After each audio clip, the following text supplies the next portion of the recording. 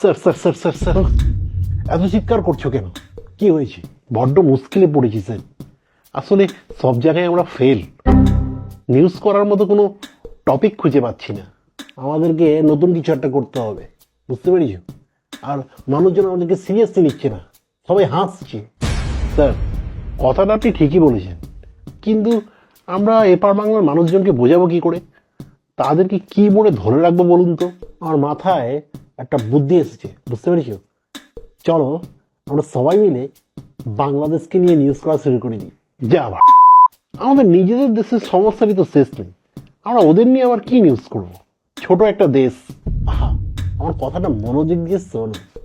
আমাদের ওপার বাংলার সংখ্যালঘুরা কিন্তু ভালোই আছে, কিন্তু আমাদেরকে বোঝাতে হবে তারা আসলে নিরাপদে নেই, সমস্যার মধ্যে আছে। কিন্তু বিষয়টা একটু আবেগ নিয়ে টানাটানি হয়ে যাচ্ছে না? আরে এসব আবেগ টাবেগ নিয়ে তুমি ভাবছো কেন? এগুলো মানুষের উপরই ছেড়ে দাও।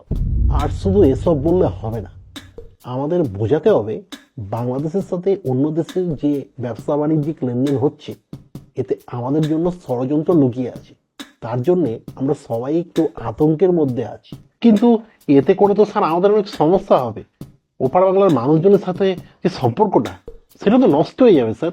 এটাই তো আমাদের দরকার। আর এসব সমস্যা টমস্যা নিয়ে তুমি ভেবো না, এগুলো মানুষের উপর ছেড়ে দাও।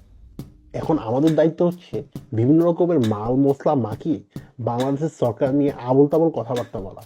এপার বাংলা ওপার বাংলার মানুষজন যেন সবসময় একটু লেগে লেগে থাকে, এই জন্য বাংলাদেশের বিভিন্ন অঞ্চল নিয়ে উল্টোপাল্টা কথা বলা। ভদ্রভাবে এখন সিট ধরে নিউজ পড়লে চলবে না। এখন স্টেজের এ মাথা থেকে ও মাথা দৌড়ে দৌড়ে যেতে হবে, চিৎকার করে লাফিয়ে লাফিয়ে কথা বলতে হবে, বুঝতে পেরেছো?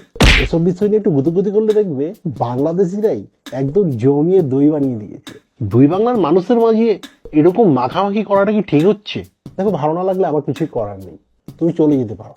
আমার বড্ড খিদে পেয়েছে। রাজুদার ওই 3টে পরোটা, 1টে ডিম আর আনলিমিটেড সবজি বোধহয় মিস হয়ে গেল। আমি চলি।